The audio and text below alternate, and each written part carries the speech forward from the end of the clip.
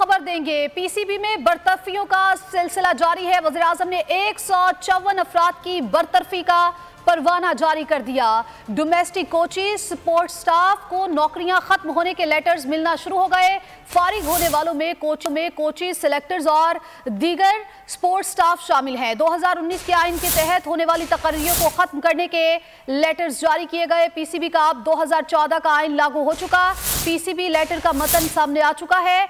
आपकी तकर्री 2019 के आइन के मुताबिक हुई, ये कहा गया है। और आपको ये भी बताते चले कि अब आपकी खिदमात दरकार नहीं है, जिम्मेदारियों से फारिग किया। तो आपको बताएं कि पीसीबी में बरतरफियों का सिलसिला जारी है। वज़ीर-ए-आज़म ने 154 अफराद की बरतरफी का परवाना जारी कर दिया। इसी पर बात कर लेते हैं। एजाज वसीम बाखरी हमारे साथ मौजूद है। जी एजाज, बताइएगा क्या मतन है? आज ही पाकिस्तान क्रिकेट बोर्ड में रमीज राजा की छुट्टी के बाद जब से नजम सेठी इंतजामिया आई है तो पीसीबी के स्टाफ और पीसीबी के मुलाजमीन के दिन अच्छे नहीं चल रहे हैं।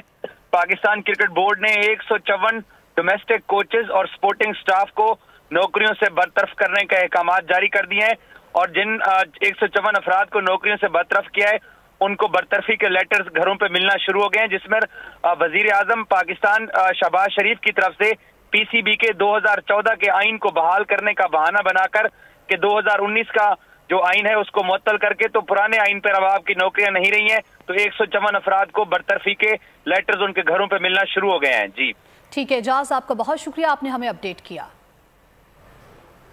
और पंजाब की सियासत में फिर हलचल। चेयरमैन तहरीक इंसाफ इमरान खान ने पार्टी रहनुमाओं को अहम टास्क दे दिया।